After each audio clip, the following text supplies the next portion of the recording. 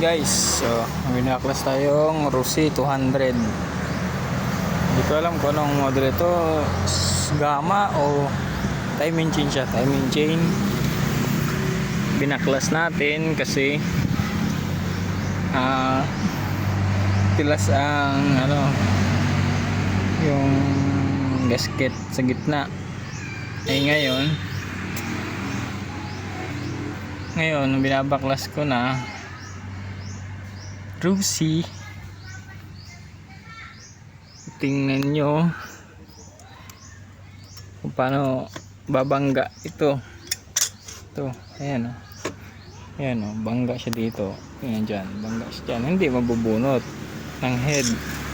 Ngayon kailangan baklasin ito.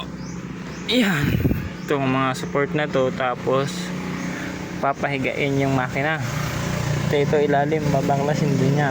Ito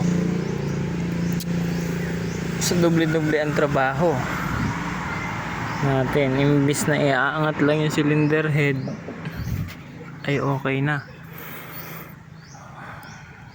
Rusi, ano na,